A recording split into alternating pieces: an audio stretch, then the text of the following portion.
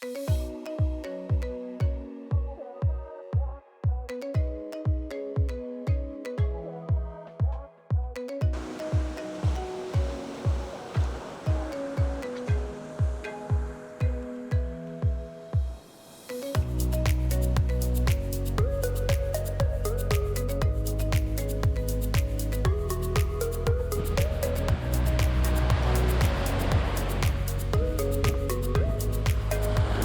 we're wrapping up a 2-day trip to Edisto Beach State Park. Very quick trip.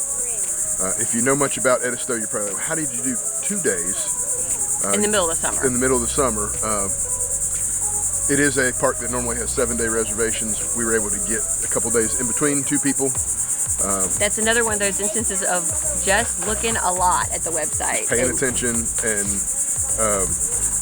kind of getting lucky too, a little bit. But great park, right on the beach, 1 of 4. We really had a nice, quick weekend. A lot of unique things happened to us here. So it was a fun trip. Hope you enjoy watching.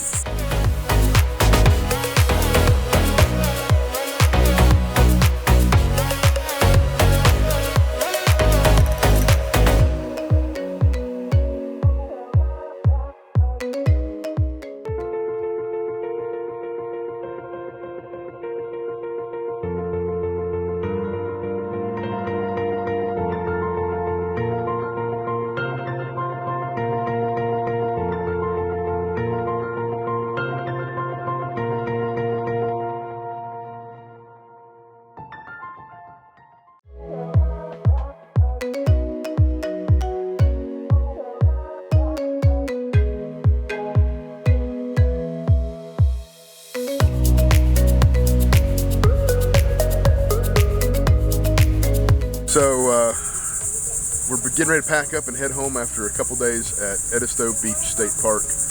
We stayed in the beach campground. There's 2 campgrounds here. There's Live Oak and there's the beach campground. It's been a good couple days. It's been a busy couple days. It's normally you're here for a week during the summer.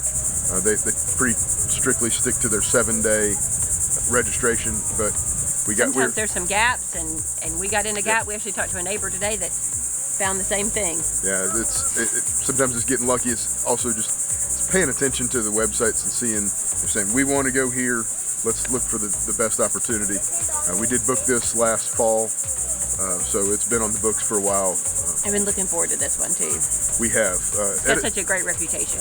Yeah, Edisto Beach, or Edisto Island, I guess, is nice little quiet island between Charleston and Hilton Head. Unique in that they've kept everything kind of smaller, more family oriented. There's not a lot of big towers. No big towers. There's a couple of resorts sort of on the north, I guess on the west side, rather, on the end of the island. There's a golf course down there. And there's some like 3-story, 4-story, I think max. Yeah, that's probably about right.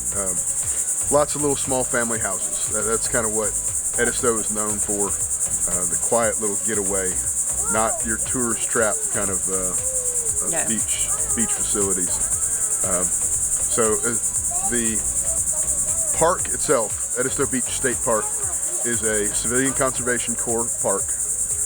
The main office here at the beach side was one of those structures that was built by the CCC. Yeah, it's super cool. It's this beautiful white structure, but it's got like kind of a breezeway atmosphere. There's an office on one side, with a park store. I would imagine when it was built, it was probably changing rooms, men on one side, women on the other. The way it's set up. The way that it was set up, but they've made a store on one side. And like an educational teaching room, lounge. They call it a Wi-Fi lounge, but it's very much, it also is where they told a lot of things about turtles. From what I understand, it's kind of where the turtle walk, people gather, and there was like a big projector, and so they do some educational stuff in there, and then they had all the information about the turtles and hatching, what was happening with the turtles, laying eggs and hatching. And that kind of leads to another thing that Edisto is kind of famous for, is the Loggerhead turtles and the turtle nests we're actually right in the middle of nesting season. There was like 165 or something nests that they had documented as of like Friday, but then we know that they documented 2 new nests while we were here. Right. So every morning there's a group of volunteers and rangers that walks the beach right at sunrise, and they look for either nests that have just been laid that night, or any hatchlings that have happened over the evening. So they protect them once they're laid, and then they monitor them. They're numbered, they're registered, and there's a group of people who monitor at night and walk. And so if a nest does what they call boil, they can help guide them into the ocean, and then they monitor that. And after 3 to 5 days, they'll go back and inventory the nest, see how many eggs were laid, see how many hatched. Like the last one on Friday, they said they'd inventoried. I guess Saturday morning, she said there had been 100. They could tell 130 eggs had been laid. So 5 had not hatched. 5 had not hatched at all. And they had found 2 little hatchlings they were able to release. Interestingly enough, one of those little hatchlings was a 2-headed loggerhead turtle. Yep, and they released it into the ocean. In the wild, and it's neat. We didn't get a chance to see any activity, except we did see one where the turtle had come in, had laid the nest, and left. We just saw the track, and it had not been marked with or protected yet because it had just happened that morning. We didn't get to see any evidence of boils or nests that have hatched. No, and there was a bunch that are like what they say, they're getting ready to boil. And so we've gone every morning and checked and looked and see if there was any activity. We went at night looking for hopefully one. Somebody said that they were here a week, and like on Wednesday at like 4 o'clock, one just boiled and did its thing like in the middle of the day, which is unusual. But with it being a full moon this weekend, we had high hopes that we would see baby turtles. But we didn't. But we did get to go down to the South Carolina Governors Cup finale. The Billfish tournament. Yeah, the Governors Cup is a series of fishing tournaments off the shore along the coast of South Carolina, held throughout the summer. The final tournament is held here in Edisto, and it was Thursday, Friday, Saturday. So we went down on Saturday afternoon, watched the boats come in, watched the guys get to weigh their fish. It was a rough day. There was a lot of tumultuous seas, so they didn't have a lot of success. So unfortunately, the day before, somebody had actually weighed in with like a 500 pound fish, blue marlin, which is what we showed the children. So that's what they were expecting, is these huge fish. And so there was some beautiful dolphin and a wahoo and some other things, and they were between like 18 and 35, 45 pounds. So the excitement for the children maybe was a little crushed by the 500-pound fish. Maybe we shouldn't have shown the excitement of what could happen, because it had been a rough day at the sea, and even some were coming back, just empty-handed because it had been such a hard day. But it was kind of neat, and because it was the end of the series and the end of the tournament, they had a big party, had a live band, and lots of sponsors. All the sponsors had their chance to come out and showcase their. We actually won a cooler, but Nancy Lee won a cooler. Yes. The kids, there was a T-Mobile tent, so yay for T-Mobile. They had a big pink tent, which is what enticed my children, or at least my daughter, wanted to go with the pink tent to get the goodies for them. I signed up and didn't really think that much about it until a couple hours later I got a call saying, "Are you still at the tournament? Because you won the YETI cooler." It was like, what? No, but we could be there. We never win anything, but we did here. It was kind of neat. I'll save my wins for big wins, I guess. Yeah. A couple of things about the campgrounds themselves. As we mentioned, there's 2. There's the beach and there's Live Oak. The beach campground is kind of a long, narrow section right on the beach. Some of the sites on the in loop back right up to the dunes. And they do back right up, and you could just hear the roar of the ocean. Last night we went down for a walk, and it was amazing. It was fantastic. There's our site 56, happens to back up to the marsh, so there's the marsh side, and then there's the beach side, and then kind of section in the middle. The section in the middle is where the bigger sites are. The ones on either the beach side or the marsh side are a little bit smaller. Well, and the beach side, I will say, there was even a sign that said like low hanging. Like, I think if you had like a pop-up was good, tents were good, but you were having to come in on that side. You didn't want any kind of big rig. There was the trees are really low there, and they're those kind of gnarled beach trees. So we'll do a quick walk around of our site here at Edisto Beach State Park. We were at site 56. It's kind of on the marsh side of this campground. You come over here and see the hookups, a little bit of lawn on this side. Neighbors aren't all that close. There is 30 amp and 50 amp water, not full hookups. You see our 26-foot camper just fit in here. The ones over here are a little bit on the shorter side. There's a couple that are a little bigger. Come around here and see how wide this space is. Once again, it's not all that deep, but at night, this is what it's about. The sun sets right over the marsh, and that view is stunning. We've had cardinals, we've seen all kinds of different seabirds out there. Some shade. All in all, this is a pretty nice site, site 56. Yeah, if you have the bigger sites here are going to be those at the end. There's plenty of room for big Class A or large fifth wheels down there. And they do back. There's some shade a little closer, but actually the beach entrance on that side is nicer, I think. And the beach is right there. It's amazing how close they were able to get. You cross over a little small dune and you're right there on the beach. And there's several, if you're handicapped or have a handicapped traveler, there are several handicap spots right there. And even the dune access is handicapped accessible.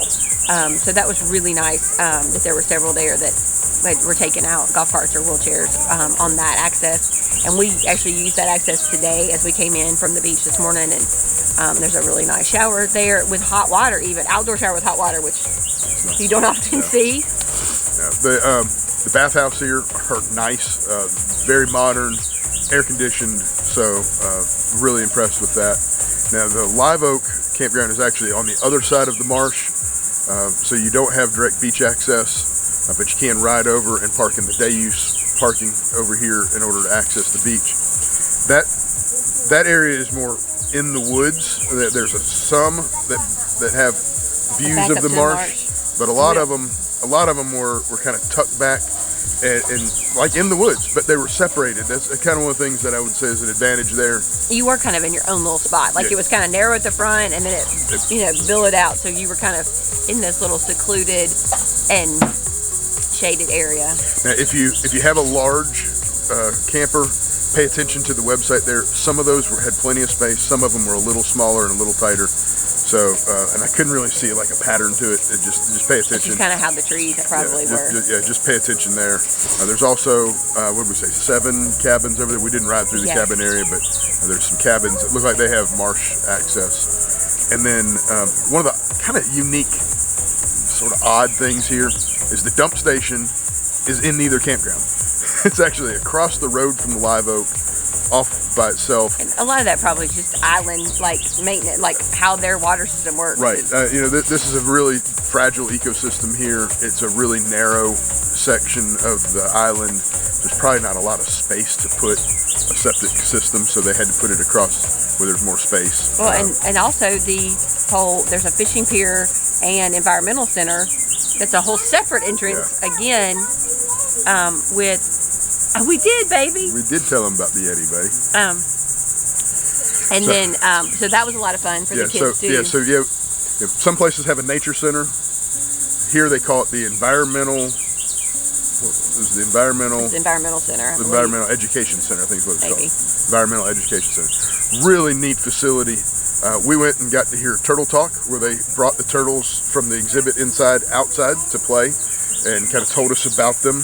And the kids got to pet them, and they didn't hold them, but they petted them and learned about them. And the girls that did it were actually the girls that lead the walk every morning that look for the sea turtles. So they were able to answer questions and address things that the kids were wondering about sea turtles. And then you went inside, and there's a really nice, amazing education center. I mean, super great exhibits. Lots of tanks of various different fish. It's an alligator skeleton, a giant alligator skeleton. There's live alligators. There's a live alligator. There was a mock-up of a shrimping boat that had the captain cabin area.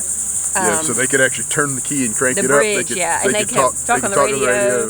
And then there was the bar. It looked like, the way that the nets would have been out, and it showed all the different things in there and how the turtles could escape from the nets and how they caught the fish and all the different things that they did. And so the kids loved it. They played and ran up the ramp, and it looks like a shrimp boat sticking out of the wall. Yeah, it was neat. So it was a really neat, and it was well done. The kids really enjoyed it. Lots of interactive activity type stuff. Then there's a short walk from there down to a fishing pier if you wanted to go fishing, and then just a little ways up from that is also a boat ramp. So if you bring your boat, which they do allow, they allow you to bring your boat and park your trailer here. There is not a place to pull your boat up to the shore here. You have to put it on the trailer every night. But if you wanted to bring your boat, do some fishing in the creeks or out offshore, absolutely can do that here.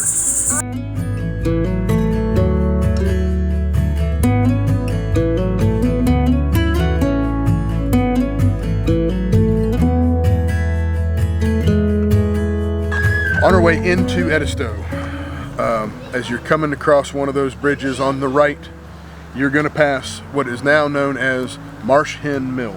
It used to be Geechee Boy Mill. They changed their name earlier this year. Same owners, just decided in this time to find a name better, find a name better kind of fit the time. It is a awesome mill, all right there on the site. They mill, and it's kind of a step back into time. It's like an old country store. It is kind of an old country store. It's quirky. They got some weird stuff. As you come up, there's like an ostrich in an outhouse in a tree, and there is a little outhouse that it looks like an outhouse. It's really just a porta potty, but they've got it all cute and wooden and old weathered wood. That is the outhouse. But they've got beautiful gifts. They've got beautiful pottery. They also have amazing grits and so they actually have their very first mill that they bought is in the store. You can kind of see it, and they grind corn, and the big mill is behind it. You can't tour that because of DHEC regulations, but they grind the corn right there, so you wind up with grits, cornmeal, and corn flour, I think is what he said. They various different types. There's yellow, there's white, there's we even got some pink unicorn ones. Unicorn, which is a combination of white and red corn to kind of make a pink. There also is there's jellies from there too. We got Edisto jam, and then but also they've got an ice cream sandwich. So even if you're not a big grits person, if you're just coming through Edisto or you want to check it out, stop in. Check it out for the history, check it out for the unique gifts and the jams, and have an ice cream. And the grits are fantastic. The grits are, good stuff. They were telling us that they ship it all over the country. There's a restaurant in California that they ship to on a regular basis, and when they ship it, a shrimp and grits meal for like $120 a plate. So they don't care that they want to overnight their grits. They overnight. Sorry, battery just died on me as we were talking about Marsh Hen Mill. It's a neat place. As you're coming in, great place to grab some supplies for your trip to Edisto Beach. One other important place that I like to mention, I always like to get local food whenever I can. Here at Edisto, you got to get some shrimp, some fresh seafood, crabs if they're in season, flounder, any number of fish. If you want to get it fresh, off the boat, right there at the dock, go check out Edisto Seafood. Edisto Seafood is it's down the island a little ways. It's on Dockside Drive next to Fontaine Fishing Charter. It's a little teeny tiny place, but the boat that caught the fish is in the back, tied up on the marsh. You can talk to them about when they caught it, where it came from. You know that you're getting fresh stuff. They're really nice. It's family owned. So I suggest Edisto Seafood. And of course, Marsh Hen Mill as you come in. It's hard to beat fresh food from right here local whenever you're camping. I would also say, as much as everybody talks about the turtles at Edisto, to me, the big thing that I have noticed is the shells at Edisto. The shell opportunities here. I mean, there are shells here that we passed over that would have been like a find at somewhere like Myrtle Beach, even Huntington Beach. It was very cool for the kids to be able to shell hunt and look. We did hear lots and lots of people talk about shark teeth activity. We are the unluckiest shark teeth people ever.